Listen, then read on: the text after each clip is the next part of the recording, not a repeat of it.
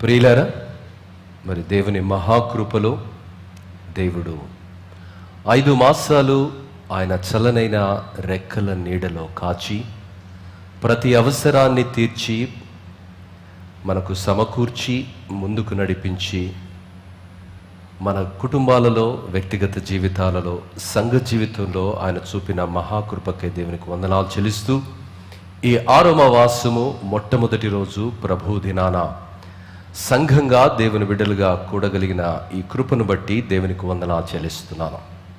ప్రియులారా, మరి ఈరోజు జాగ్రత్త అనే అంశం పైన నేను మాట్లాడబోతున్నాను. మే మాసం యొక్క మొట్టమొదటి ఆదివారం హెచ్చరిక అనే అంశం పైన నేను మాట్లాడాను. హెచ్చరిక అనే అంశం యేసు ప్రభు మాటల్లో నుండి, హెచ్చరిక యేసు ప్రభు మాట్లాడిన మాటల్లో నుండే జాగ్రత్త అనే మాట ఈరోజు మాట్లాడబోతున్నాను. అవి అర్థమైతే మన జీవితం, మన నడవడి, మన ప్రవర్తన, మన జీవన విధానమే మార్చబడుతుంది. ప్రియులారా, యేసు ప్రభు లోతు భార్యను జ్ఞాపకం చేసుకోమన్నాడు. ప్రతి విశ్వాసి లోతు భార్య జీవితాన్ని మనన చేసుకోవాలి. కారణం, ఆమె గవిని దగ్గరికి వచ్చింది, గవిని ఎదుట రాలిపోయింది. నీవు నేను దేవుని యొక్క రాజ్యానికి అతి సమీపంగా ఉండి కూడా తప్పిపోయే ప్రమాదం ఉంది. కాబట్టి ప్రతిరోజు భయముతో, వణుకుతో మన జీవితాన్ని మనం కాపాడుకోవాలి. దేవుని బిడ్డ, మరి ఈరోజు జాగ్రత్త అని దేవుడు జనమంతటితో చెప్పటం లేదు. అక్కడ వేల కొలది జనులు అని రాయబడి ఉంటుంది మొదటి వచనంలో. వేల కొలది జనులతో దేవుడు చెప్పటం లేదండి, నాయకులతో ఈ మాట మాట్లాడుతున్నాడు. నాయకులను చాలా జాగ్రత్తగా ప్రవర్తించమంటున్నాడు. మీ చుట్టూ ఉన్న పరిస్థితులను పసిగట్టమంటున్నాడు.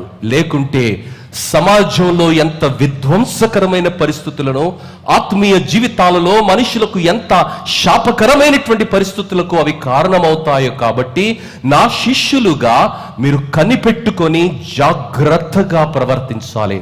ఎందుకంటే నా మందను కాచే భాగ్యాన్ని మీకు ఇచ్చాను. వారి యొక్క ఆత్మీయ స్థితిలో వారిని స్థిరపరిచే యొక్క గొప్ప అర్హతను నేను మీకు ఇచ్చాను. కాబట్టి జాగ్రత్తగా మీరు ప్రవర్తించాలి. కొంతమంది వ్యక్తుల గురించి మీరు చాలా జాగ్రత్తగా ప్రవర్తించాలి. ఎందుకంటే ఆ వ్యక్తులు అల్పసంఖ్యాకులైనప్పటికీ వారు ఎంత ప్రభావవంతమైనటువంటి వారు, వారి యొక్క దుష్పరిణామాలు సంఘ జీవితంలో, సమాజ జీవితంలో ఎంత భయంకరంగా ఉంటాయో. కాబట్టి నా శిష్యులైన మీతో, నా స్నేహితులైన మీతో, నేను ఏర్పరచుకున్నటువంటి జనాంగమైన మీతో ఈ మాటలు నేను ఖచ్చితంగా మాట్లాడుతున్నాను. దేవుని బిడ్డ, ఆ అంశాన్ని నేను ధ్యానించనైతుండగా ప్రతి ఒక్కరూ గమనించవలసిందిగా మనవి చేస్తున్నాను. రోజు వారి జీవితంలో పిల్లలతో జాగ్రత్త అని చాలా విషయాలు మనం చెప్తాము. రోడ్డు దాటుతున్నప్పుడు జాగ్రత్తగా రోడ్డు దాటాలి. ప్రియులారా, పరీక్ష రాసే సమయానికి పిల్లలు వెళ్తుంటే, అమ్మా హాల్ టికెట్ జాగ్రత్తగా ఉందా? హాల్ టికెట్ పోతే లోనికి రానివ్వరు కదా. హాల్ టికెట్ గురించి జాగ్రత్తగా ఉండమంటాం. ప్రయాణంలో వస్తువులన్నీ లెక్కెట్టుకుంటాం. ట్రైన్లో అయినా, బస్సులో అయినా ఎన్ని వస్తువులు తెచ్చాం, ఎన్ని వస్తువులు మరలా తీసుకుని వెళుతున్నాం. జాగ్రత్తగా పిల్లలు తల్లిదండ్రులతో చెప్తారు ఆఫీస్కి వెళ్ళేటప్పుడు, మమ్మీ నీ బీపీ ట్యాబ్లెట్ వేసుకోవటం మర్చిపోవద్దు, షుగర్ ట్యాబ్లెట్ తీసుకోవటం మర్చిపోవద్దు. ప్రియులారా, మరి తడి నేలపై నడిచే వేళ హాస్పిటల్లో, ఆఫీసులో, ఎయిర్పోర్ట్స్లో ఒక సైన్ బోర్డు మనకు కనిపిస్తుంది, వాచ్ యువర్ స్టెప్స్. ప్రియులారా, మరి రహదారుల పైన, హెయిర్ బెండ్ టర్నింగ్స్లో, కూడళ్ల దగ్గర కొన్ని హెచ్చరికలు, జాగ్రత్త అని రాయబడిన మాటలు మనం గమనిస్తాం. ఇదంతా దైనందిన జీవితంలో. మరి ఆత్మీయ జీవితంలో బైబిల్ ప్రకారంగా దేవుని పిల్లమైనటువంటి మనతో మన తండ్రి అయినటువంటి దేవుడు పలుకుతున్నటువంటి మాట ఏమిటంటే జాగ్రత్త. పాత నిబంధన గ్రంథములో 80 సార్లు జాగ్రత్త అని దేవుడు మాట్లాడాడు. నూతన నిబంధన గ్రంథములో 19 సార్లు దేవుడు జాగ్రత్తగా ఉండండి అని ఆయన మాట్లాడుతున్నాడు. కొన్ని ఉదాహరణకు మనం గమనిస్తే మత్తయి సువార్త 6వ అధ్యాయం 1వ వచనంలో, ప్రియులారా, ఎందుకు అంటే ఈ లోకమనే సంతలో దేవుని చెయ్యి విడిచిపెట్టే ప్రమాదం ఉంది.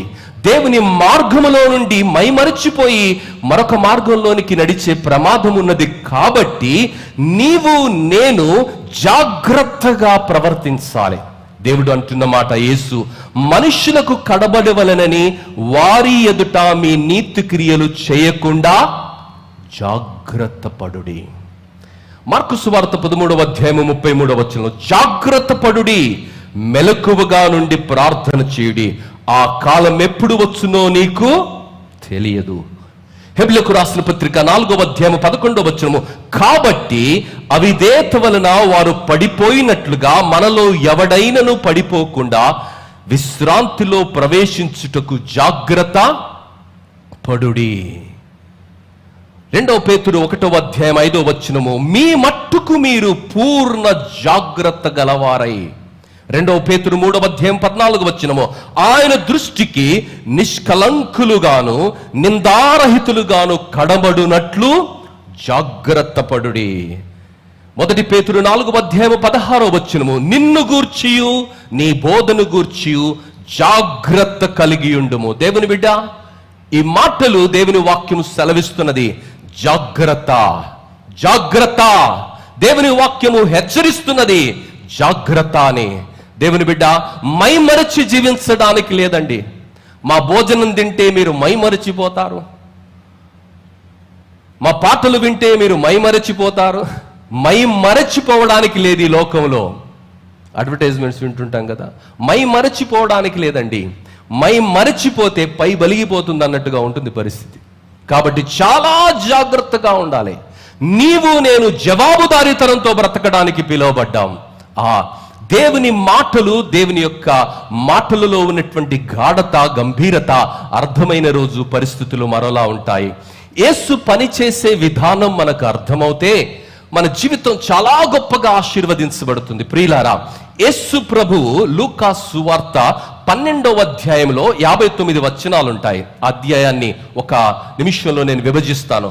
మొదటి 12 వచనాలలో ఆయన పరిసయ్యులైనటువంటి వేషధారులైనటువంటి పరిసయ్యులనే ఆ పులిసిన పిండి ఎంత ప్రమాదకరమో ఆయన మాట్లాడుతూ 22 నుండి 34 వచనాలలో దేనిని గూర్చియు చింతించకుడి అని ఆయన భరోసా ఇస్తున్నాడు.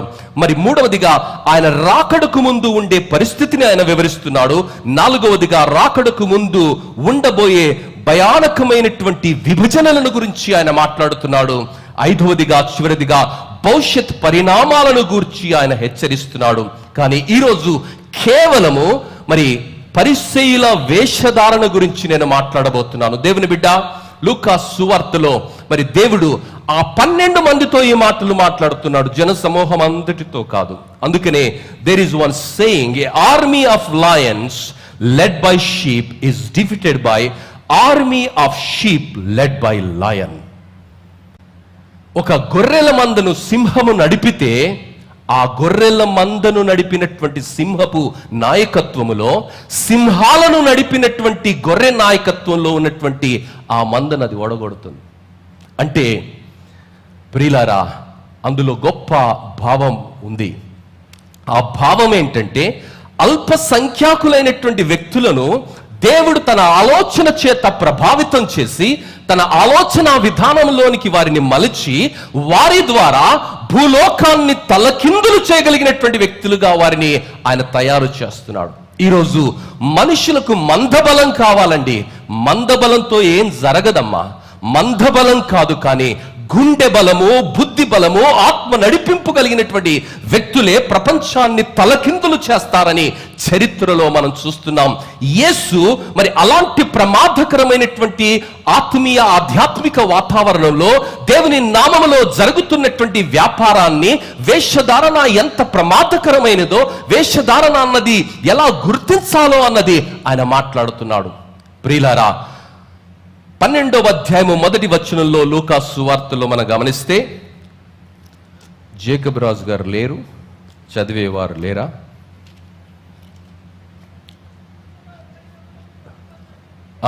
మైక్ తీసుకోమ్మా, మైక్ తీసుకోవాలి. Reena, please help me.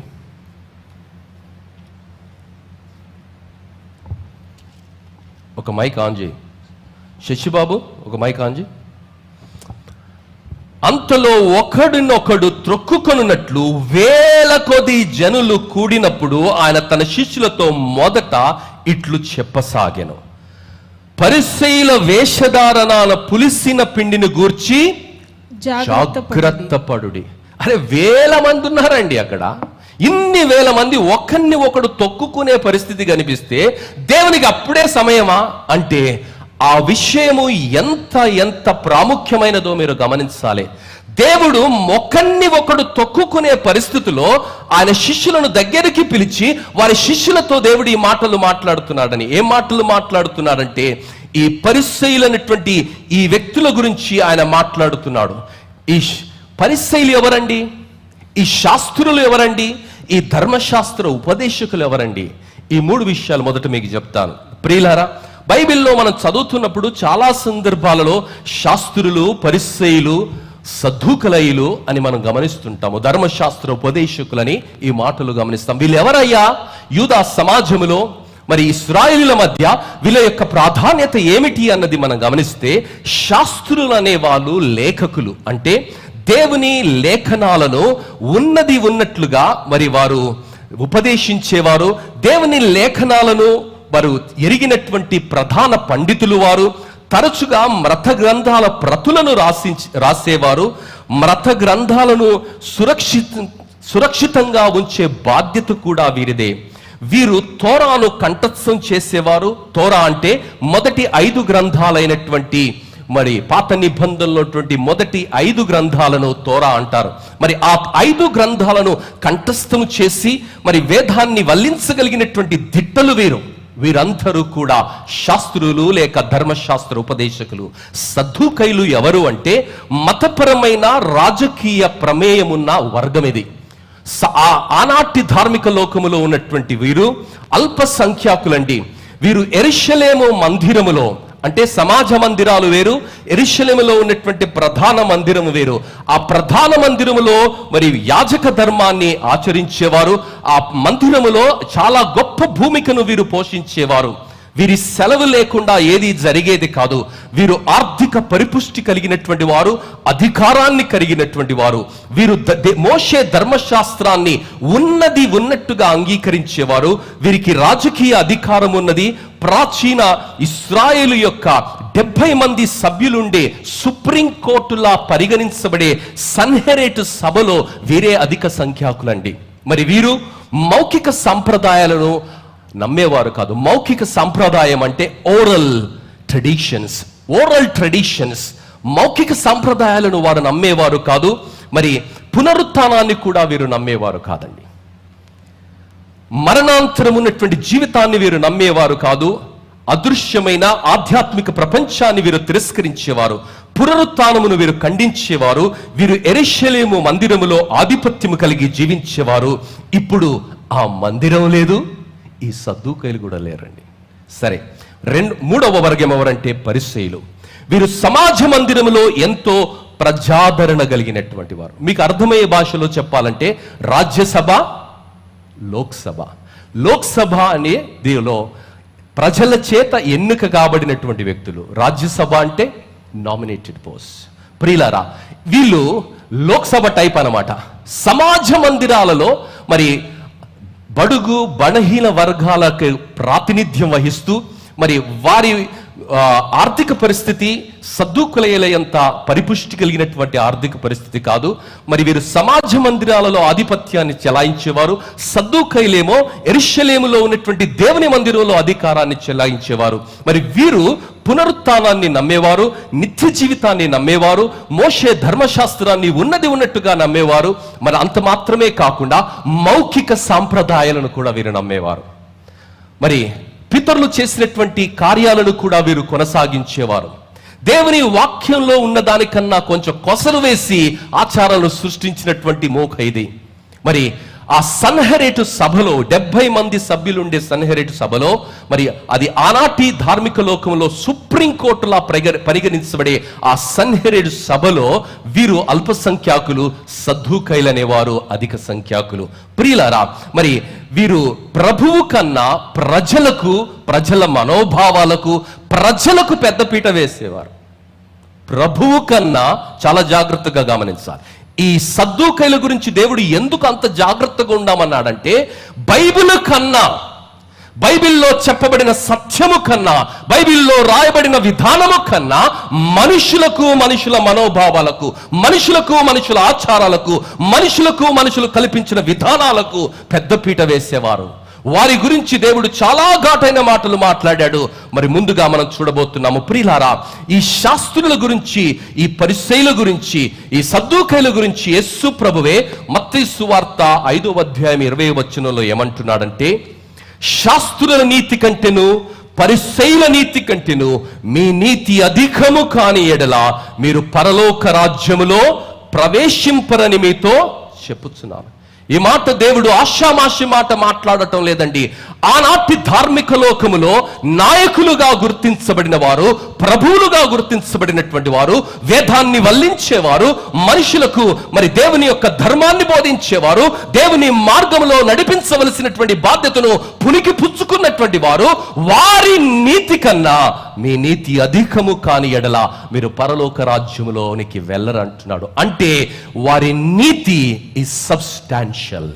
ప్రియులారా, వారి నీతి ఉండవలసిన స్థాయిలో లేదు, అది తక్కువగా ఉన్నది. వారు ప్రమాదకరమైనటువంటి వ్యక్తులే అని దేవుని వాక్యంలో దేవుడు సెలవిస్తున్నాడు. మత్తయి సువార్త 15వ అధ్యాయము 3 నుంచి 9 వచనాల్లో చూస్తే అది రాయబడిన మాట, మీరు మీ పారంపర్య ఆచారము నిమిత్తము దేవుని వాక్యమును నిరర్ధకము చేయుచున్నారు. దేవుని వాక్యాన్ని కూడా నిరర్ధకం చేసే వ్యక్తులండి వీళ్ళు. దేవుని వాక్యాన్ని కూడా తుంగలో తొక్కే వ్యక్తులు, దేవుని మాటను కూడా పెడన చెవిన పెట్టే నాయకులు వీళ్ళు. వారి గురించి మీరు జాగ్రత్తగా ఉండాలని యేసు ప్రభువు ఆ శిష్యులతో అంటున్నాడు, సమాజాలతో అంటున్నాడు, విశ్వాసులతో అంటున్నాడు. ఆ వేశ్యదారులు ఎలాంటి వారు అని దేవుని వాక్యంలో రాయబడి ఉన్నదంటే, ఈ ప్రజలు తమ పెదవులతో నన్ను గణపరుచుతుందురు గాని వారి హృదయము నాకు దూరముగా ఉన్నది.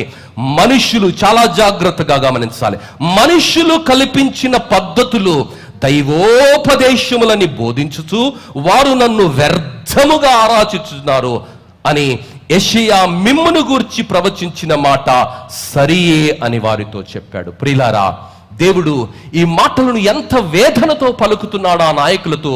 వారికి ఏది కూడా గిట్టడం లేదండి. ఆ వ్యక్తులే కదా యేసును సిలువ వేసి చంపింది. దేవుని బిడ్డ యేసు ప్రభు ఈ సందర్భములో అక్కడ ఉన్నటువంటి అంత గొప్ప జన సందోహములో ఆయన శిష్యులతో ఆయన మాట్లాడుతున్నటువంటి మాటలు ఏమిటంటే, వేషధారులైనటువంటి ఈ పరిసయ్యుల గురించి మీరు జాగ్రత్తగా ఉండండి. అపోస్తలుడైనటువంటి పౌలు దానిని ఇంకా అద్భుతంగా ఆయన వర్ణిస్తూ గలతీలకు రాసిన పత్రిక 5వ అధ్యాయము 9వ వచనంలో ఏమంటాడంటే, పులిసిన పిండి కొంచెమైనను ముద్ద అంతయు పులియచేయి. పులిసిన పిండి కొంచెం చాలమ్మా, ముద్దంతా అది నాశనం చేస్తుంది. ప్రియులారా, ఈరోజు మనం గమనించినట్లయితే, నాకెందుకులే, అయ్యో నేనేం చేస్తాను బ్రదర్, వారితో నేను ఎలా చెప్తాను బ్రదర్, వాళ్ళకు నాకు మంచి రిలేషన్షిప్ ఉంది, నేనెందుకు కంటు కావాలి brother. Diplomatic way of dealing things. These are the people who are so dangerous to the society, even to the church. That's what God means. ప్రియులారా, పులిసిన పిండి కొంచెమైనా దానిని పసిగట్టి అరికట్టకపోతే ప్రమాదకరమని జాగ్రత్త అని దేవుడు హెచ్చరిస్తున్నాడు. ఈ పరిసయ్యుల స్వభావం ఎట్లనో తెలుసా? They either don't work for God, they don't work for people, they work only for themselves and they use that position for their ends meal.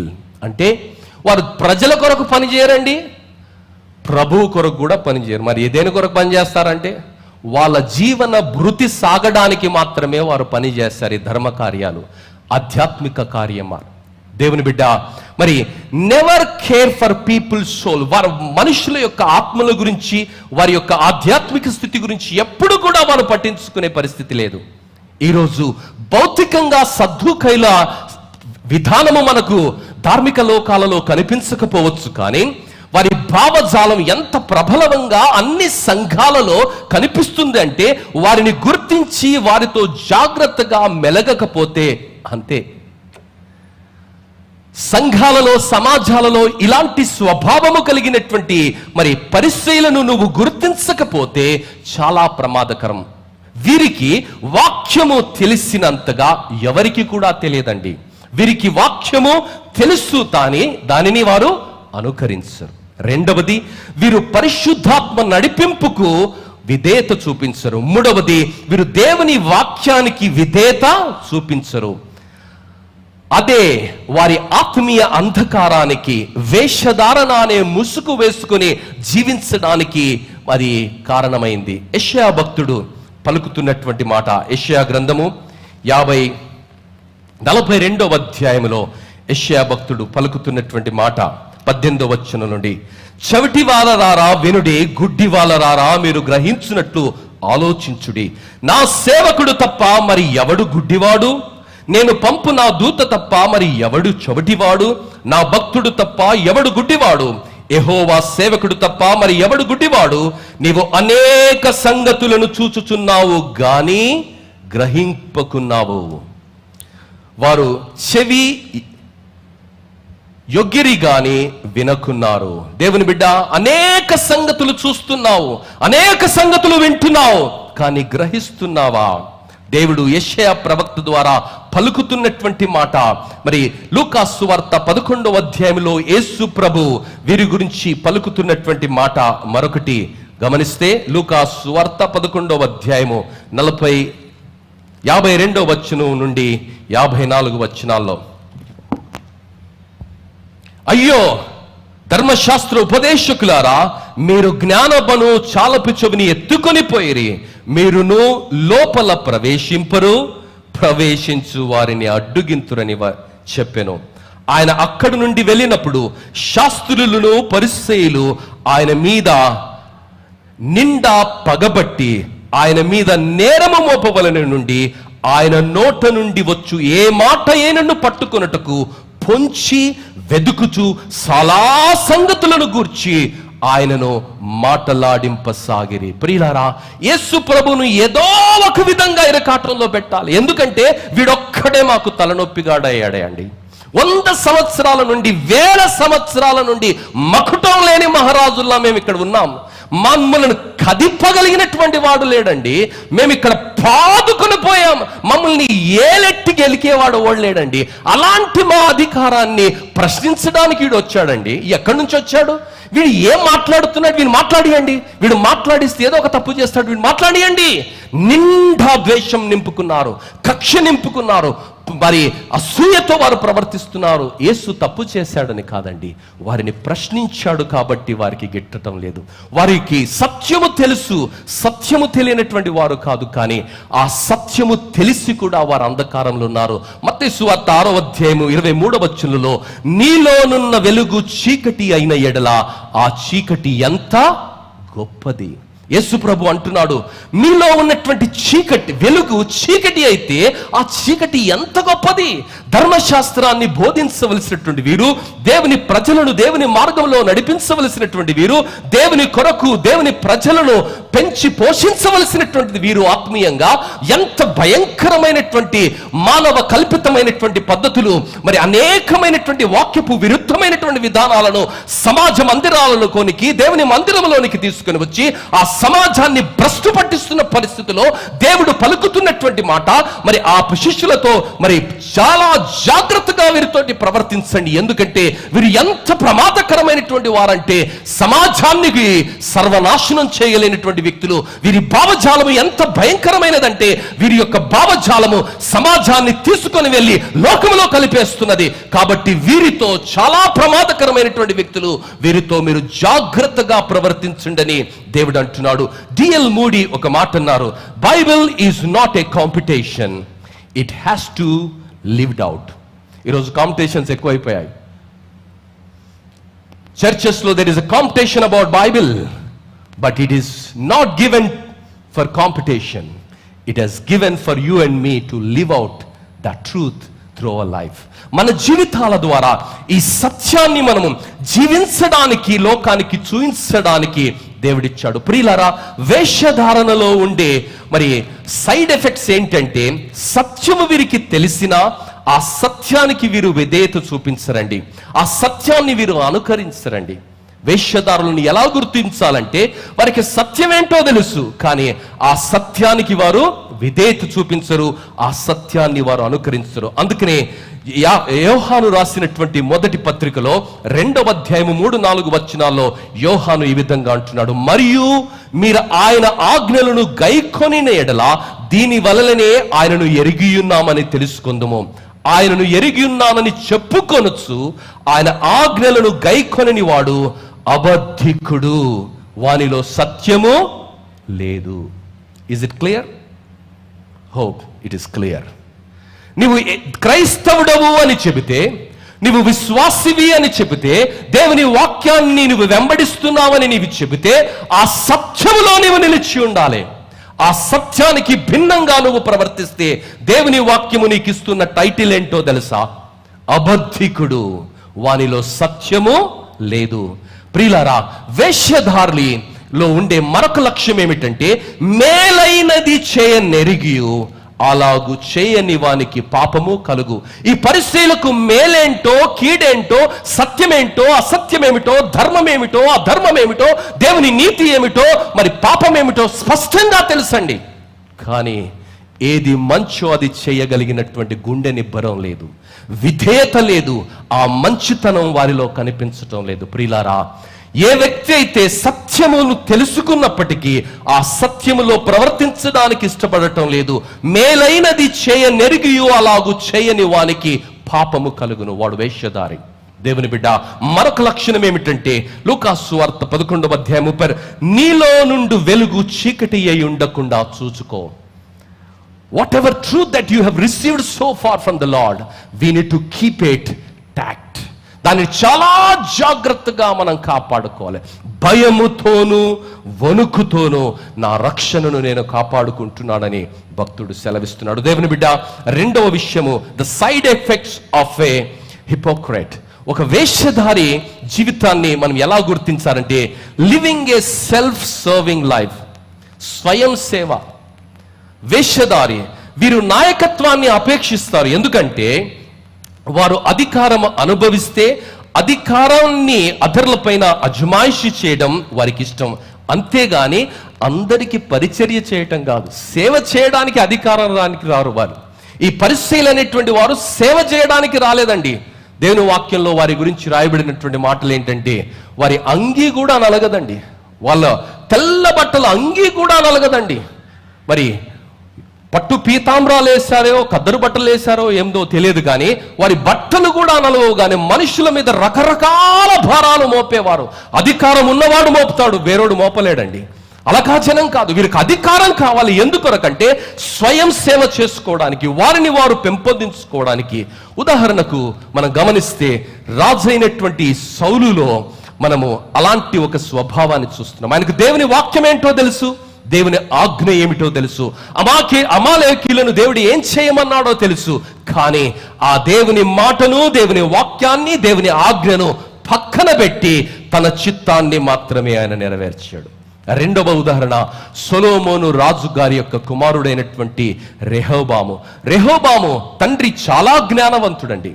ఆ తండ్రి కడుపున పుట్టినటువంటి ఈ కుమారుడు కఠినమైనటువంటి ఆజ్ఞలను పెట్టి మనుషులను భయంకరమైనటువంటి నియంతగా తన స్వార్థ చింతనతో వారిని వేధించాడండి.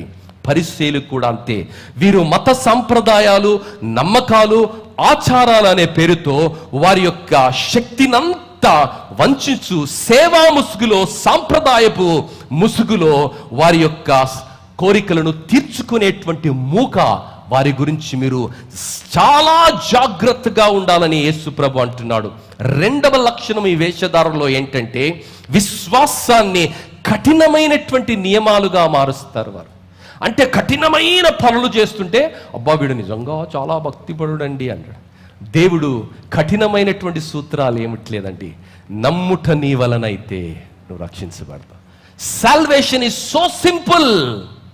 లేఖనముల ప్రకారము యేసు ప్రభు చనిపోయి, లేఖనముల ప్రకారము పాతి పెట్టబడి 3వ దినాన తిరిగి లేచాడని, ఆయన రక్తము ప్రతి పాపములో నుండి కడుగుతుందని హృదయమందు నమ్మి నోటితో ఒప్పుకుంటే ఆ క్షణమందే నువ్వు నీతిమంతునిగా తీర్చబడతావు.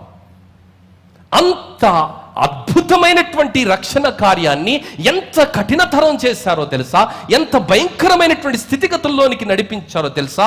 బైబిల్ పైనటువంటి నమ్మకాలను నియమాల గుండా, నిష్ఠాల గుండా, మరి వృత్తాల గుండా, దినాల గుండా, దిక్కుల గుండా రకరకాల నియమాలను సృష్టించి విశ్వాసాన్ని భయంకరమైనటువంటి పరిస్థితుల్లోనికి నడిపించారు.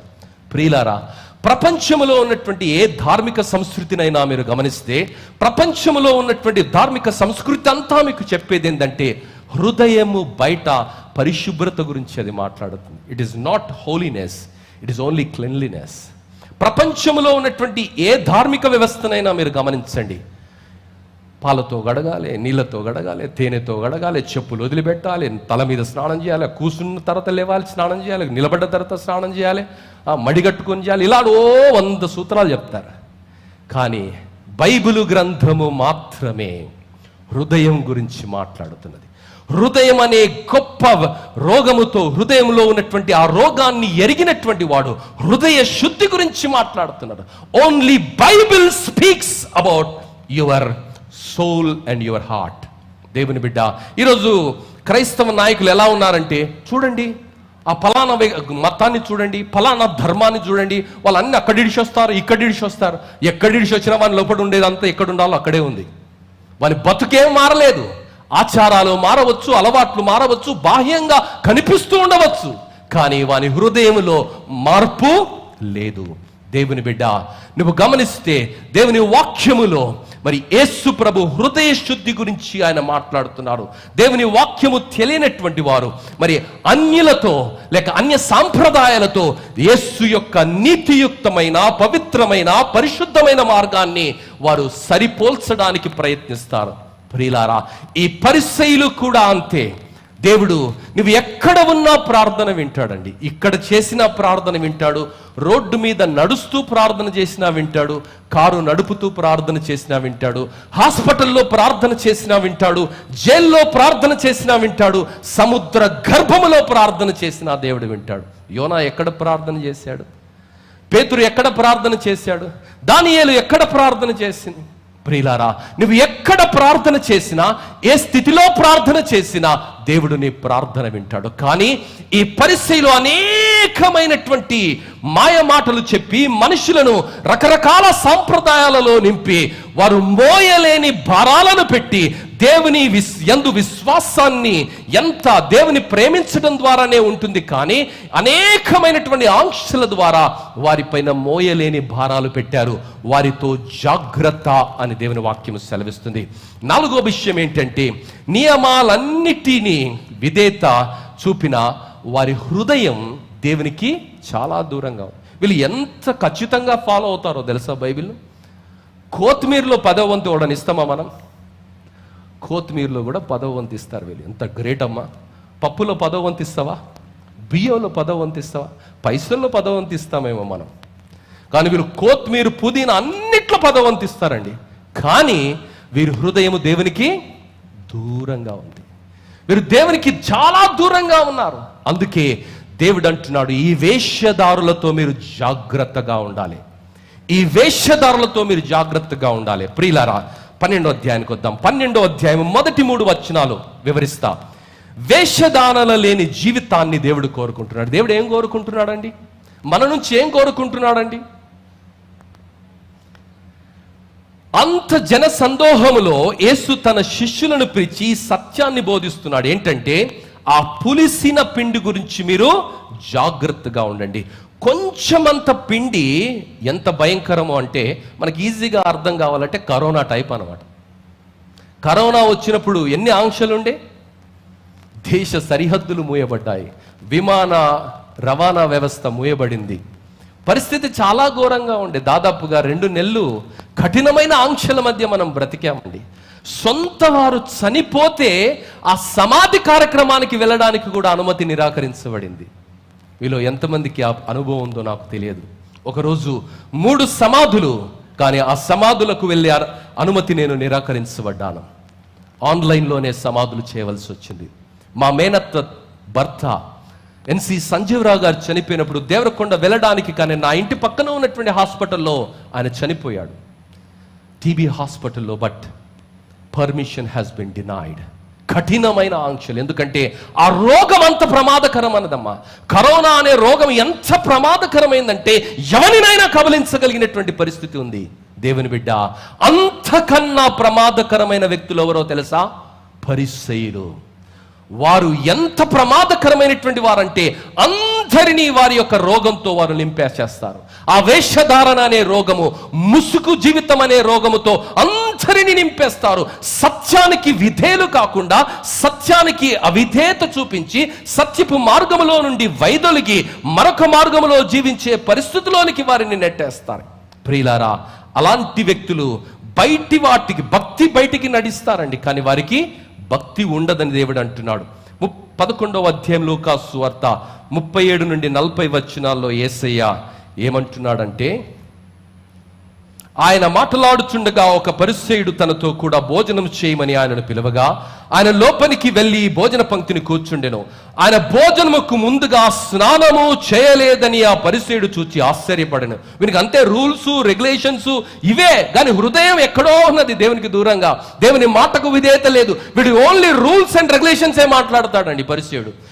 దేవుడు ఏమంటున్నాడో తెలుసా? అందుకు ప్రభువు ఇట్లనడు, పరిసయ్యులైన మీరు గిన్నెయు పల్లెమును వెలపన శుద్ధి చేయుదురు గాని మీ అంతరంగము దోపుతోనూ చెడుతనముతోనూ నిండి ఉన్నది. దోపుతోనూ చెడితనముతోనూ నిండి ఉన్నది. ప్రియులారా, ఈ ప్రమాదకరమైనటువంటి వ్యక్తులను మనం జీవించకూడదు. వేషధారులుగా మనం జీవించకూడదు. పరిసయ్యులు భక్తి పైకి కనిపిస్తుందండి, చాలా భక్తిగా కనిపిస్తారు. బైబిల్ ఇలా పట్టుకుంటారు. మరి ఆ రోజుల్లో మరి ఏం పట్టుకున్నారో తెలియదు. చాలా భక్తిగా నటించేవారు. ఎక్కడ చూసినా వీధి కూడళ్లలో ఎక్కడ చూసినా వారు భక్తి నటించేవారండి. పైకి భక్తి కనిపిస్తుంది, కానీ వారి హృదయములో పాపము సుఖ నివాసము చేస్తుంది. నీతి వేషము ధరించిన వేషధారులు వీళ్ళు. అందుకే పండు ప్రేమ్ కుమార్ గారు ఒక చక్కని పాట రాశాడు. పండు ప్రేమ్ కుమార్ మన దగ్గర కూడా వచ్చారు కదా. వేషనైనా క్షమిస్తాడు దేవుడు, కానీ వేషధారణ క్షమించడు. ఈరోజు వేషధారణ, నీతి అనే ముసుగు, భక్తి అనే ముసుగు, అధికారం అనే ముసుగు, సేవ అనే ముసుగు, సాంప్రదాయం అనే ముసుగులో రకరకాల మోసాలకు తెగబడుతున్నటువంటి ఈ గుంపులో ఉన్నటువంటి వ్యక్తుల్లా మీరు ఉండకుండా జాగ్రత్త పడుడని దేవుడు హెచ్చరిస్తున్నాడండి. దేవుని న్యాయం వారికి తెలుసు, దేవుని ప్రేమ వారికి తెలుసు, దేవుని ధర్మమేమిటో వారికి తెలుసు, కానీ వారు దేనికి కూడా విధేయత చూపించినటువంటి పరిస్థితి. దేవుని బిడ్డ, దేవుడు వారికి ఒక టైటిల్ ఇస్తున్నాడు. ఏం టైటిల్ ఇస్తున్నాడో తెలుసా? లూకాసు వార్త 11వ అధ్యాయంలో 42 నుండి 44 వచనాలలో వారికి ఒక టైటిల్, చాలా టైటిల్ ఇచ్చాడు దేవుడు వాళ్ళకు. ఇంకొక టైటిల్ ఇది, అయ్యో పరిసయ్యులారా, మీరు పుదీనా సదప మొదలైన ప్రతి కూరలోనూ 10వ వంతు చెల్లించుచున్నారే గాని న్యాయమును దేవుని ప్రేమను విడిచిపెట్టి ఉన్నారు. వాటిని మానక వీటిని చేయవలసినది. అయ్యో పరిసయ్యులారా, మీరు సమాజ మందిరములో అగ్రపీఠములను సంత వీధులలో వందనములను కోరుచున్నారు. అయ్యా, మీరు కనబడని సమాధుల వలె ఉన్నారు. వాటి మీద నడుచు మనుష్యులు అవి సమాధులని ఎరుగరనేను. వీళ్ళకు దేవుడిచ్చినటువంటి టైటిల్ ఏందో తెలుసా? బోయిగూడ, నారాయణగూడ, మెట్టుగూడ. ఈ గ్రూప్ అంతటికి దేవుడిచ్చిన టైటిల్ అన్నమాట. వీరు సమాధులు. వాటిపైన నడుస్తున్న వానికి అది సమాధని తెలియదు. యేసయ్య పలుకుతున్న మాట. ప్రియులారా, ఇంత భయంకరమైనటువంటి పరిస్థితి. ప్రతి దానిలో కూడా వారు దశమ భాగాన్ని ఇస్తున్నారు. ప్రతి దానిలో కూడా వారు మరి దేవుని యొక్క సేవ అనే పేరును వారు చూపిస్తున్నారు. వేషధారణ లేనటువంటి జీవితాన్ని దేవుడు కోరుకుంటున్నాడు. వీళ్ళలా మనం ఉండకూడదు.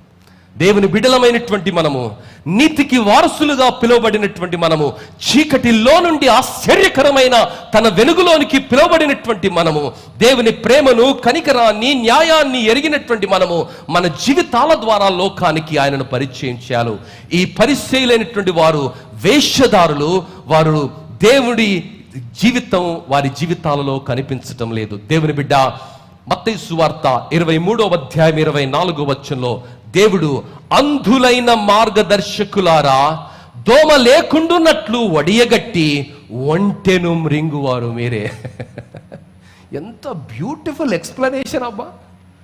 మొత్తం ఇంత పెద్ద రూమ్ ఉందనుకో, మొత్తం ఒక్క దోమ లేకుండా ఎలగొడతారట. ఎలగొట్టి ఏం మింగుతారు? ఒంటెని మింగేస్తారు సార్. దోమను ఎలగొట్టి మొత్తం ఒంటెను మింగేస్తారన్నమాట. ఎంత భయంకరమైన ఎక్స్ప్లెనేషన్ దేవుడిస్తున్నాడు వాళ్ళ గురించి. అంటే వారు ఎంత భయంకరమైనటువంటి స్థితిలో వారు జీవిస్తున్నారు. వారిని దేవుడు ఎంతగా ఘాటుగా వారిని దేవుడు గద్దిస్తున్నారు, కానీ వారి హృదయాల్లో మారు మనసు కనిపించటం లేదండి. వారిని సమాధులని సంబోధిస్తున్నాడు, వారిని అంధులంటున్నాడు. మీరు చేస్తున్నటువంటి పనులు ఎంత ప్రమాదకరమో అన్నది దేవుడు వారికి వివరిస్తున్నాడు, కానీ వారికి అర్థం అవట్లేదు. దేవుని బిడ్డ, నీవు నేను అలాంటి వేషధారణలో బ్రతకడానికి లేదు. వేషధారులను దేవుడు అసహించుకుంటాడు. అందుకనే ఆయన అంటున్నాడు, I desire mercy not sacrifice. ఈరోజు ఈ ఉదయ కాలము కృప కనికరము కలిగినటువంటి దేవుడు, న్యాయము కలిగినటువంటి దేవుడు మన నుండి ఏమి హెచ్చరిస్తున్నాడంటే, మనని ఏమని హెచ్చరిస్తున్నాడంటే, ఆ పరిసయ్యుల వలె మనం బ్రతకడానికి వెళ్ళలేదు. ప్రియులారా, ఈ వేషధారణను ఎలా జయించాలి? క్రైస్తవ జీవితంలో, విశ్వాస యాత్రలో ఏదో ఒక సందర్భంలో వేషధారులుగా మనం కూడా ప్రవర్తిస్తుంటాం. వేషధారులుగా మనం కూడా చేసే పరిస్థితులు ఉంటాయి. అయ్యే ఏం చేయాలి సార్? కొంతమంది విశ్వాసులు చెప్తారు, ఏం చేయాలి సార్? కొన్ని తప్పవు సార్, మాకు కొన్ని తప్పవు. మీకు అర్థం కాదు సార్, పాస్టర్ గారు మీకు అర్థం కాదు, కొన్ని తప్పవు అంటారు. ప్రియులారా, అది ఎరిగిన దేవుడు వాక్యములో తన శిష్యులతో ఆ వేషధారణను ఎలా జయించాలో 12వ అధ్యాయం లూకాసు వార్త 4 నుండి 5 వచనాల్లో ఆయన మాట్లాడుతున్నాడు. దేవునికే భయపడాలి, మనుషులకు భయపడొద్దు. This is the first and fundamental principal to overcome hypocrisy. Hypocrisy ఉంటే నువ్వు పరలోక రాజ్యానికి వెళ్ళవు. మరి పరలోక రాజ్యం కన్నా గొప్ప విషయం ఈ లోకంలో మరొకటి లేదండి. మరి ఆ హిపోక్రసీని ఎలా ఎదుర్కోవాలో దేవుని వాక్యంలో ఆయన రాయించాడు. మనుష్యునికి భయపడడం కాదు, దేవునికి మాత్రమే భయపడాలి. యేసు ఈ మత నాయకులకు భయపడకుడి అని చెబుతున్నాడు. వారు ఎవరు? పరిసయ్యులు, సద్దూకైలు, ధర్మశాస్త్ర ఉపదేశకులు. వీరు అధికారముతో మీకు శ్రమలు, కష్టాలు, మరణం, రకరకాల విషయాలు వారు కలిగి, వాళ్ళకి అధికారం ఉంది కదా, రకరకాలుగా మిమ్మల్ని ఊచకోతకు గురి చేస్తారు. వాళ్ళు నీకు రావలసినటువంటి ఏది నీకు అందనించదు, న్యాయంగా నీకు చెందవలసింది ఏది నీకు వారు చెందనించదు. నిన్ను వారు మానసికంగా కృంగజేస్తారు, నలగగొడతారు. ఎగ్జాంపుల్ ఏంటంటే, ప్రభుత్వాలు మారిన వెంటనే వారికి అనుకూలమైనటువంటి ప్రభుత్వ అధికారులను రాజకీయ నాయకులు తెచ్చిపెట్టుకుంటారు. ఎందుకో తెలుసా? వాళ్ళు చెప్పినట్టుగా వాడు ఆడతాడు. వాడు కూర్చోమంటే కూర్చుంటాడు, నిలబడమంటే నిలబడతాడు, పడుకోమంటే పడుకుంటాడు. ఏమని వాడు ప్రశ్నించడండి. అలాంటి వారిని తెచ్చిపెట్టుకుంటారు. కానీ దేవుడు ఏమంటున్నాడంటే, అలా నువ్వు మనస్సాక్షిని చంపుకొని వేషధారణతో బ్రతికితే పరలోకాన్ని నువ్వు కోల్పోతావు. కానీ నీ శరీరాన్ని చంపే వారికి నువ్వు భయపడద్దు, కొన్ని విషయాలను నీకు నిరాకరించే వారికి నువ్వు భయపడకూడదు, కానీ నా మార్గములో నీవు నడవాలి. ఎందుకంటే నేను శరీరాన్ని, ఆత్మను కూడా నశింపజేసే అధికారము కలిగినటువంటి వాడను. కాబట్టి విశ్వాసులైనటువంటి మీరు మరి దేవుని మార్గములో మరి మీరు నడవాలని దేవుడు చెబుతున్నాడు. దేవుని బిడ్డ, మనుష్యులను సంతోష పెట్టడానికి మీరు బ్రతకకూడదు, కానీ దేవుని మాటకు విధేయత చూపించి ఆయన మార్గములో మీరు నడవాలని దేవుని వాక్యం సెలవిస్తుంది. దేవునికి మాత్రమే నువ్వు భయపడాలండి. దేవునికి, మనుషులకు కాదు, దేవునికి మాత్రమే. దేవునికి భయపడితే ఆటోమేటిక్గా నువ్వు మనుషులను గౌరవిస్తావు, మరి శ్రేష్టమైనటువంటి మార్గంలో నీవు నడుస్తావు. ప్రియులారా, పివి నరసింహారావు గారిని ఒకసారి ఒక పాత్రికేయుడు ఒక ప్రశ్న అడిగాడు. ఏమనంటే, అయ్యా, ఈ క్రైస్తవులందరూ అందరినీ మత మార్పు చేస్తున్నారు కదా అని అంటే, పివి నరసింహారావు గారు ఏమన్నారో తెలుసా? ఆయన తెలంగాణ నేపథ్యం, ఆయన మన కరీంనగర్ ప్రాంతంలో వాస్తవ్యులు. మరి ఆయన పలికినటువంటి మాట ఏంటంటే, వాళ్ళు మత మార్పిడి చేస్తున్నారో ఇంకేటి చేస్తున్నారో నాకు తెలియదు, కానీ దొంగలు మంచివారు అవుతున్నారు, వ్యభిచారులు మంచివారు అవుతున్నారు, కుటుంబాలతో కలిసి జీవిస్తున్నారు, తాగుబోతులు తాగుడును విడిచిపెట్టి సక్రమమైన జన స్రవంతిలో వాళ్ళు కలుస్తున్నారు, మరి నరహంతకులు మార్చబడుతున్నారు. ఇలాంటి సమాజానికి క్రూరమైనటువంటి ప్రమాదకరమైనటువంటి వ్యక్తులందరి జీవన విధానాలు మార్చబడి మంచి మార్గంలో వారు నడుస్తున్నారు. అది మాత్రమే నాకు తెలుసు అన్నాడు. దేవుని బిడ్డ, ఈరోజు దేవుని వాక్యం ఏమంటుందంటే, నీవు నేను ఏ మార్గంలోనైతే నడవడానికి పిలువబడ్డామో ఆ మార్గంలోనే నడవాలి. మనుషులను సంతోష పెట్టేవాడు క్రైస్తవుడు కాదండి. ఆయన బాధపడతాడు సార్, ఆయన మనోభావం దెబ్బతింటుంది సార్, ఆయన గుండెలో ఏమనుకుంటాడో సార్ అంటే కుదరదండి. ఏది అనుకున్నా ఏది అనుకోకపోయినా దేవుణ్ణి సంతోషపెట్టేవాడిగా నీవు నేను జీవించాలి.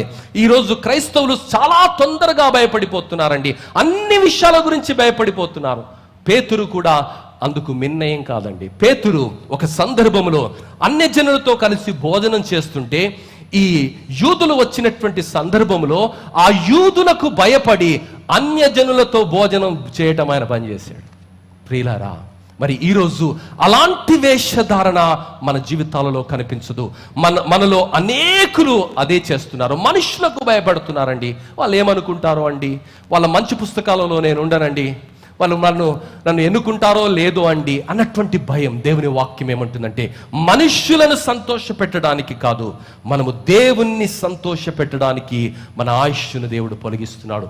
ఆ శాస్త్రులు పరిసయ్యులు మనుష్యులను సంతోష పెట్టడానికి వారు జీవించారు. వేషధారనే ముసుగులో ఎందుకు వారు జీవించారంటే సత్యమేమిటో వారికి తెలుసు, కానీ ఆ సత్యానికి వారు విధేయత చూపించలేదు. ప్రియులారా, మనుషులు ఏమనుకుంటారో అండి ఆ సాంప్రదాయం చేయకపోతే, దాన్ని నా గురించి ఏమనుకుంటారో, నా కుటుంబం గురించి ఏమనుకుంటారో, మనుషులు నా చుట్టూ ఉన్నటువంటి వాళ్ళు మరి ఈ సంప్రదాయం చేయకపోతే నన్ను వేరేగా అనుకుంటారేమో అన్నటువంటి భయములో బ్రతుకుతున్నారు.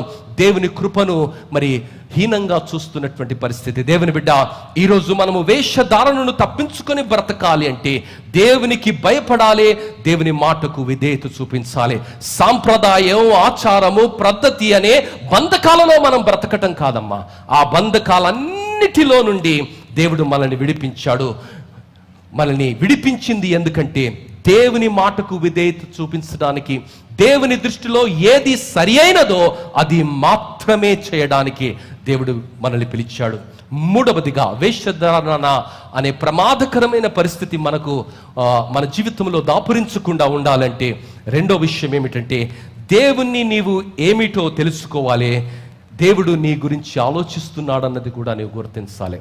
లూకాసు సువార్త 12వ అధ్యాయము 6 నుండి 7 వచనాల్లో మనం గమనిస్తే దేవుడు మన మంచినే కోరుకుంటున్నాడండి.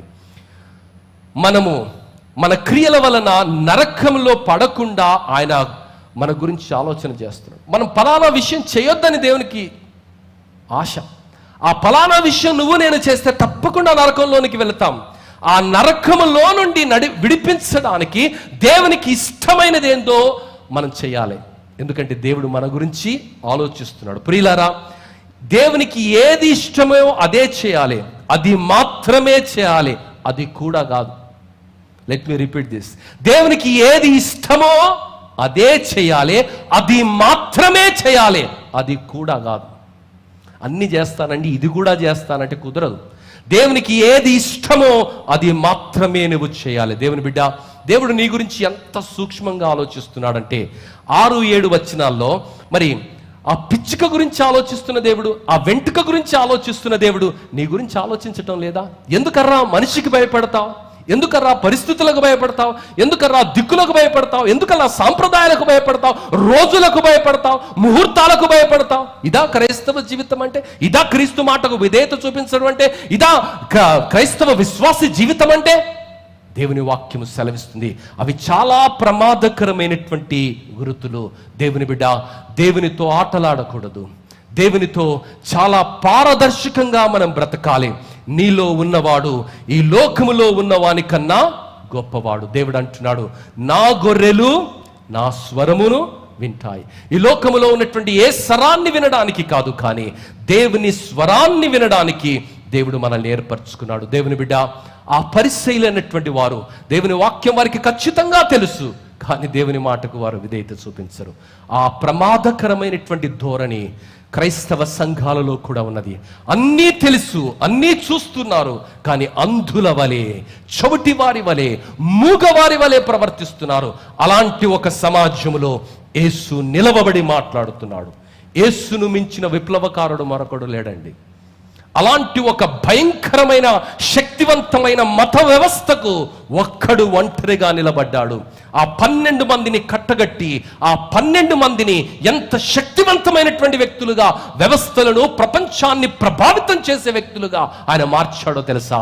ప్రియులారా, గొర్రెల లాంటి ఆ వ్యక్తులను సింహమైన యేసు ప్రపంచములో ఉన్నటువంటి ఆ భయంకరమైనటువంటి శక్తులను ఎదిరించడానికి, నియంత్రణను ఎదిరించడానికి, రాజులను ఎదిరించడానికి, ప్రధాన యాజకులను ఎదిరించడానికి, మత వ్యవస్థలను ఎదిరించడానికి, ధార్మిక లోకాన్ని ప్రశ్నించడానికి, తప్పును ఎండగట్టడానికి, దేవుని వాక్యాన్ని ఉన్నది ఉన్నట్టుగా బోధించడానికి ఆ 12 మందిని ఎంత శక్తివంతమైనటువంటి వ్యక్తులుగా ఆయన మార్చాడంటే ఆయన ఆలోచనతో వారిని నింపాడు. ఈరోజు అదే దేవుణ్ణి నీవు ఆరాధిస్తున్నావే? నీ చుట్టూ ఉన్నటువంటి పరిస్థితులు నీవు గమనిస్తున్నావా? నీ చుట్టూ ఉన్నటువంటి పరిస్థితులలో నీ స్పందన ఏమిటి?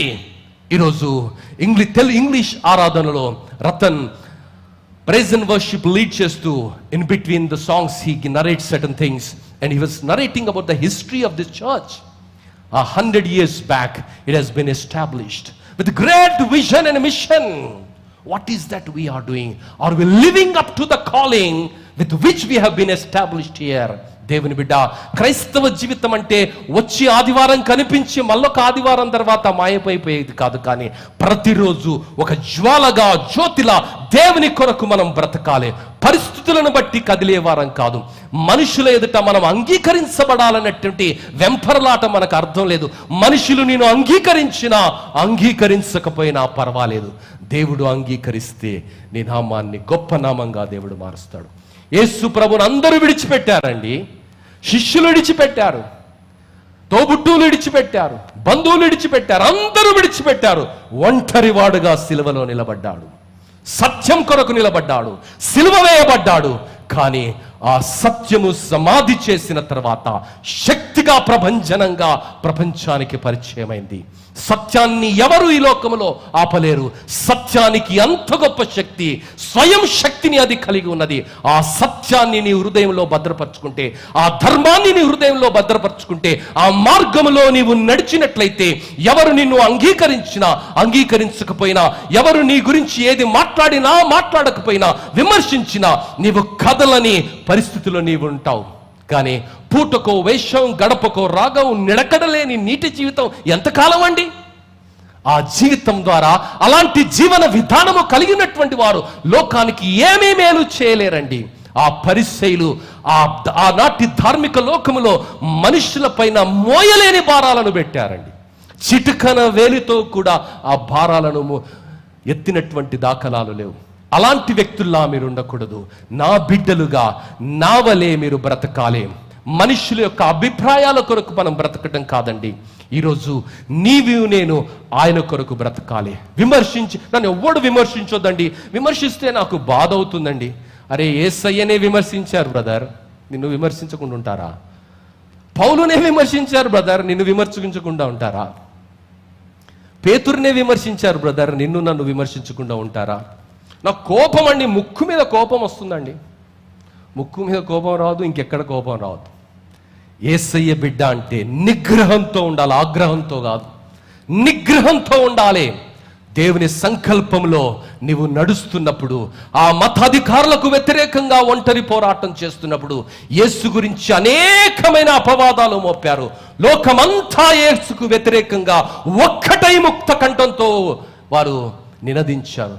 ఈ సద్దూకైలు, పరిసయ్యులు భేదాభిప్రాయాలు, ఫండమెంటల్ డిఫరెన్సెస్ ఉన్నాయి. వీళ్ళు పునరుత్థానాన్ని నమ్ముతారు, ఒకడు దుమరుత్థానాన్ని నమ్మడు. ఒకడు నిత్య జీవం ఉంటుందంటాడు, ఒకడు నిత్య జీవం ఉండదంటాడు. రెండు వేరు వేరు గ్రూపులండి. యేసయ్యను చంపడానికి వారి ఫండమెంటలిజం ఏమైపోయిందో, వారి యొక్క నమ్మకాలు ఏమైపోయినాయో, వారి యొక్క సిద్ధాంతాలు ఏమైపోయినాయో, వారి యొక్క విధి విధానాలు ఏమైపోయినాయో, దొంగలు ఇద్దరు కలిసి ఆ నిరపరాధిని చంపేశారు. అనుకున్నారు ఇంక అయిపోయింది రా భయ్, మనల్ని ఒక్కడు ప్రశ్నించలేడు, వీడి ఒక్కడు మన తలనొప్పి తరిగాడు, ఒక్కడు చచ్చిపోయాడు. కానీ కోట్ల స్వరాలు పుట్టుకొచ్చాయి. హల్లెలూయా.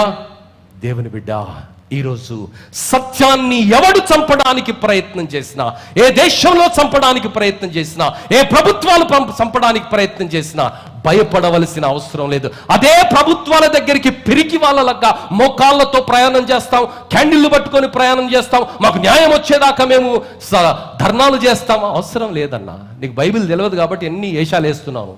బైబిల్ చదువు. ఆ భయంకరమైనటువంటి శ్రమల కొలిమి గుండా ఈ ధార్మిక నాయకులు యేసును అనుకరించిన వారిని ఊచకోత కోసారండి. ఆ 12 మంది శిష్యులందరూ కూడా ఎలా చనిపోయారో నేను తర్వాత ఎక్లీషియా గ్రూప్లో పెడతాను. ప్రియులారా, అలాంటి భయంకరమైనటువంటి ఊచకోత గుండా వారు వెళ్ళినప్పటికీ దేవుని కొరకు వారు నిలబడ్డారు. దేవుని కొరకు నిలబడ్డారు. ఆ సత్యం వారిని నిలబడింది. ఈరోజు నీవు చేస్తున్నది సత్యమైన పని, యథార్థమైన పని, దేవుని మాటకు విధేయత చూపించే పని, దేవుని నామానికి మహిమను తెచ్చే పని అని నీవు నమ్మితే, ఆ సత్యము కొరకు నీవు నిలబడిన రోజు దేవుడు నీ పక్షంగా నిలబడబోతున్నాడు. ఎందుకో తెలుసా దేవుని బిడ్డ, ఈ లోకంతోనే మన జీవితం ముగిసిపోతే ఏది చేసినా మనకేం పర్వాలేదు. కానీ ఈ యాత్ర ముగిసిన తర్వాత అసలైన జీవితం మరొకటి ఉన్నది. ఆ రోజు ఆయనను నమ్మి ఆయన విధానంలో బ్రతికిన వారిని ఆయన అంటాడు నా బిడ్డలు అని అంగీకరిస్తాడు. ఆయనను అంగీకరించి ఆయన విధానంలో నీవు బ్రతకకపోతే నిన్ను అంగీకరించని రోజు మరొకటి రాబోతున్నది. Don't be fooled. అదే విషయాన్ని యేసు ప్రభు ఈ 12 వచనాల్లో మాట్లాడుతున్నాడు. ఇంటికి వెళ్ళిన తర్వాత మళ్ళా చదవండి. చెవుల్లో చెప్పుకున్నవి మిద్దె మీద చెప్పబడతాయి, గుసగుసలు మాట్లాడుకున్నవి మైకులు పెట్టి చెప్పబడే రోజు వస్తుంది. ఆ రోజు ఎంతో దూరంలో లేదమ్మా. యేసు ప్రభు చెబుతున్నటువంటి మాట, don't be fooled, don't be fooled.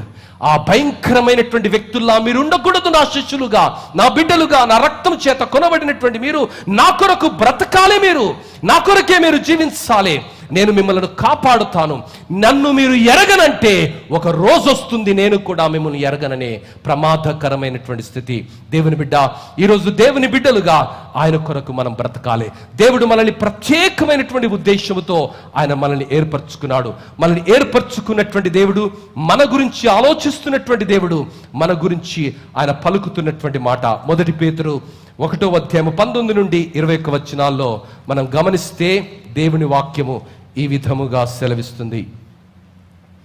అమూల్యమైన రక్తము చేత అనగా నిర్దోషమును నిష్కలంకమునకు గొర్రెపిల్ల వంటి క్రీస్తు యేసు రక్తము చేత విమోచించబడితరని మీరు ఎరుగుదురు కదా. ఆయన జగత్తు పునాది వేయబడకమునిపే నియమింపబడిను గాని తను మృతులలో నుండి లేపి తనకు మహిమనిచ్చిన దేవుని ఎడల తన ద్వారా విశ్వాసులైన మీ నిమిత్తము కడవరి కాలమందు ఆయన ప్రత్యక్షపరచబడును కాగా మీ విశ్వాసమును నిరీక్షణ ఇది దేవుని యందు ఉంచబడి ఉన్నవి. ప్రియులారా, దేవుని యందు విశ్వాసం కలిగి జీవించాలి. తాత్కాలికంగా పరిస్థితులు మారవచ్చు, తాత్కాలికంగా పరిస్థితులు మారుతూ ఉంటాయి. ప్రియులారా, ప్రపంచంలో ఏది కూడా శాశ్వతం కాదు. శాశ్వతమైనది దేవుని సంకల్పమే. కాబట్టి మనుషులకు భయపడకుండా దేవునికి భయపడి దేవుని మార్గములో నడవడం అన్నది మనం నేర్చుకోవాలి. మనం నిందించబడినా, అవమానించబడినా, ఒంటరి వారిగా చేయబడినా, ఒత్తిడులు పెంచబడినా, ఆ నిరీక్షణ గురించి ఎవడు నిన్ను ఏది అడిగినా ఆ సత్యము కొరకు నేను బ్రతకాలి. దేవుని బిడ్డ, పరిశీలనటువంటి వారు రాజకీయ లబ్ధి కొరకు చూసేవారు. అటు రోమా ప్రభుత్వంతో ఇటు ప్రజలతో ఒక లీడర్స్గా వారు తిరిగేవారు. ఇప్పుడు కూడా లోకంలో చూస్తాం కదా, రాజకీయాల్లో లీడర్స్ వాళ్ళు చేసేది ఏముండదు, అడవుడి తప్ప. ప్రియులారా, ఎన్ని జరుగుతున్నాయో మనకు రోజు తెలుసండి రాజకీయాల్లో. అలాంటి జీవితం కాదు. యేసయ్య అంటున్నాడు, నేను సేవ చేయడానికి వచ్చాను, సేవ చేయించుకోవడానికి కాదు. దేవుని రాకడ చాలా సమీపంగా ఉన్నది. ఎక్కడ చూసినా భయంకరమైన స్థితి. ఆ స్థితిగతుల్లో దేవుని కొరకు రోషంగా బ్రతికేవాడు, ఆయన కొరకు ఏ పరిస్థితులనైనా నిలబడే వాడి కొరకు దేవుడు వెతుకుతున్నాడు. ప్రియులారా, ప్రేమ కలిగిన దేవుడు, దయగలిగిన దేవుడు, కృప కలిగిన దేవుడు ఈ మాటలను ఎందుకు వినిపిస్తున్నాడో తెలుసా? జాగ్రత్త. It is very important that you should live N honest life, a transparent life. If you have a double standard, you can fool anyone in this world, but you cannot fool yourself and you cannot fool God. నిన్ను నీవు మోసం చేసుకోలేవు, దేవుని నీవు మోసం చేయలేవు. 100 మందిని కాదు, 1000 మందిని కాదు, 1,00,000 మందిని నువ్వు ఒప్పించవచ్చు నీ అబద్ధాలతో. కానీ ఒకరోజు సత్యం బయటికి వస్తుంది, తన్నుకుంటూ బయటికి వస్తుంది. 3 రోజులు దానిని సమాధి చేశారు, సంబరం చేసుకున్నారు. యేసు ప్రభు లేచిన తర్వాత ఎత్తుకొని పోయారండి, ఆయన శిష్యులు ఎత్తుకొని పోయారని ద్రవ్యమిచ్చి అబద్ధాలు పలికించారు. ఇదే కదా వాళ్ళ అలవాటు. దాగిందా? ఆగిందా? సత్యం దాగలేదు, ఆ ప్రస్థానం ఆగలేదు. తాత్కాలికంగా అవమానం జరగవచ్చు, తాత్కాలికంగా కష్టం రావచ్చు, తాత్కాలికంగా నువ్వు అణిచివేయబడవచ్చు. కానీ నిజం నిప్పు లాంటిది, కానీ నివురు కప్పుండొచ్చు. ఏదో ఒకరోజు అది జ్వాలగా, జ్యోతిగా అనేకుల యొక్క జీవితాలను బహిర్గతం చేసే వెలుగుగా ప్రపంచానికి పరిచయం అవుతుంది. దేవుని బిడ్డ, ఈరోజు ఆ ప్రస్థానంలోనికి దేవుడు మనల్ని పిలిచాడు. ఆ జీవితంలోనికి దేవుడు మనల్ని పిలిచాడు. వేషధారులుగా బ్రతకడానికి కాదు, వేషాలేస్తూ బ్రతకడానికి కాదు. ముందో మాట వెనుకొక మాట. ఏం చేయాలి బ్రదర్, అట్లా అవుతుంది పరిస్థితి అంటే ఏం చేసేది లేదు బ్రదర్, నరకంలో ఉండాలి నెక్స్ట్ అని చెప్పాలి. నరకమే దేవుడు అంటున్నాడు, నరకమే. Don't misunderstand the word of God, understand as it is. నీవు నేను నటించడానికి కాదు, యథార్థంగా బ్రతకడానికి. అవును, తప్పైతే పొరపాటు జరిగింది, నన్ను క్షమించండి. నా ద్వారా చేయకూడని పని జరిగిపోయింది, నన్ను క్షమించండి. That is the right way of living our life. పేతురు పొరపాటు చేశాడు, క్షమాపణ అడిగాడు. 3 సార్లు బొంకిన తర్వాత దేవుని సన్నిధిలో కన్నీరు కార్చాడమ్మా, ఎంతగానో విలపించాడు. ఆ భయంకరమైనటువంటి నరమేధాన్ని సృష్టించినటువంటి సౌలు పౌలుగా మార్చబడిన తర్వాత ఆయన 3 రోజులు అన్న పానములు లేకుండా కన్నీటితో క్షమాపణ అడిగాడండి. ఈరోజు పొరపాట్లు మానవ సహజం, కానీ హృదయాన్ని కఠినపరుచుకొని వేషధారణలో పట్టభద్రులై పిహెచ్డీలు చేసుకుంటూ ఇంకా అలాంటి కఠినమైన స్థితిలో కొనసాగితే చాలా ప్రమాదకరం. దేవుడు అంటున్నాడు, సమయం ఉండగానే, అవకాశం ఉండగానే జాగ్రత్త, హృదయాలను పరిశీలించుకోండి. వారిలా మీరు ఉండకూడదు. అది చాలా భయంకరమైనటువంటి పులిపిండు. అది సమాజానికి ప్రమాదకరమైంది. సమాజాలను, కుటుంబాలను, వ్యవస్థలను అది వంచిస్తుంది, నాశనం చేస్తుంది. అలాంటి స్థితికి మీరు పిలవలేదు, కానీ చీకటిలో ఉన్న అనేకులకు వెలుగును పంచడానికి, నిస్సారమైన బ్రతుకులకు సరాన్ని నింపడానికి నేను పిలిచాను. నీవు నా సొత్తు, నా బిడ్డగా నువ్వు బ్రతకాలి. దేవుని బిడ్డ, ఈరోజు ఆ స్థితిలోనికి పిలిచిన దేవుని మాటకు విధేయత చూపిస్తాం, ఆ మార్గంలో నడుస్తాం. ఎందుకంటే సువార్తకు ప్రతిబంధకాలు వస్తున్నాయి. అనేక స్థలాలలో సువార్తను అడ్డగిస్తున్న వేళ ఈరోజు నీవు నేను వాక్యాన్ని ఎరిగి వాక్య ప్రకారము బ్రతికితే మన జీవితమే ఒక పాఠంగా, గుణపాఠంగా, అనేకులకు ఒక మేలుకరమైన సందేశంగా ఉంటుందన్నది దేవుని మాట. ఈరోజు ఆ స్థితిలోనికి వెళ్ళి జీవించే కృప దేవుడు దయచేయనుగా. కళ్ళు వంచినట్లయితే ప్రార్థన చేసుకుందాం. అమ్మా, అక్క, తమ్ముడు, చెల్లి, నీ హృదయం నీకు మాత్రమే తెలుసు. ఆ శాస్త్రులు, పరిసయ్యులు, ధర్మశాస్త్ర ఉపదేశకులు వాక్యమంతా తెలుసు, కానీ విధేయత లేని స్థితి వేషధారులుగా వాళ్ళను మార్చింది. ఆ వేషధారణ అనే స్థితి ఎంత ప్రమాదకరమో తెలుసా? అది సమాజాలకే శాపకరం. నీవు నేను శాపంగా సమాజంలో బ్రతకటం కాదు, ఆశీర్వాదంగా బ్రతకాలి. నీవు నేను ఆశీర్వాదానికి వారసులుగా పిలువబడ్డాము. నీవు నేను అనేకులను దీవించడానికి పిలువబడ్డాము, అనేకులకు మేలు చేయడానికి పిలువబడ్డాము. ఆ శాస్త్రులు, పరిసయ్యులు పదవుల కొరకు చేయలాని భ్రష్టమైన కార్యం అంటూ లేదు. ప్రతి భ్రష్ట కార్యాన్ని, మనుషుల పద్ధతులను దైవోపదేశాలుగా వారు ఉపదేశించారు. వారు సమాధులుగా దేవుడు పిలుస్తున్నాడు. వారి జీవితం ఎంత భయంకరమైనదో, వారి నీతి ఎంత నీచమైనదో దేవుడు అంటున్నాడు. ఈరోజు అలాంటి స్థితిలో మనం ఉన్నామా? దేవుడు ఆనాడు శాస్త్రులను, పరిసయ్యులను, సద్దూకయ్యులను చూపిస్తూ అలా మీరు ఉండకూడదు అని చెప్పాడు కదా. ఈరోజు నిన్ను చూయించి ఈ వ్యక్తిలాను ఉండొద్దమ్మా, ఈ స్త్రీలాని ఉండొద్దని దేవుడు అంటున్నాడా ఎవరితోనన్నా? అయ్యో, చాలా ప్రమాదకరం. దేవుని ఆత్మ నిన్ను సంధించి, దేవుని ఆత్మ నీతో మాట్లాడుతుంటే హృదయాన్ని కఠినపరుచుకోకు. ఏదో ఒకరోజు మరణం సంధిస్తుంది. ఆ తర్వాత ఆయన ఎదుట నిలబడిన రోజు ప్రతిదీ కూడా చూపించబడుతుంది. ఆ రోజు ఆయన కొరకు ఈరోజు నీవు నిలబడకపోతే ఆ రోజు నీ పక్షంగా మధ్యవర్తి అయిన యేసు నిలబడడు. అది చాలా భయంకరమైన స్థితి. అమ్మా, తాత్కాలికమైన వాటి కొరకు రాజీ పడకూడదు. తాత్కాలికమైనటువంటి వారి కొరకు, మనుషులను సంతోషపరచడం కొరకు, మనుషుల యొక్క ఉద్దేశాలు నెరవేర్చడం కొరకు దేవుని ఆజ్ఞను తుంగలో తొక్కకూడదని దేవుని వాక్యం సెలవిస్తున్నది. ఈరోజు దేవుని కొరకు రోషంగా బ్రతుకుదాం, యథార్థంగా బ్రతుకుదాం, నమ్మకంగా బ్రతుకుదాం, యేసు కొరకు యేసు వలె బ్రతుకుదాం. ఆ కృప దేవుడు దయచేయునుగాక. పరలోకమందున్న మా మంచి తండ్రి, మీకు వందనాలు స్వామి.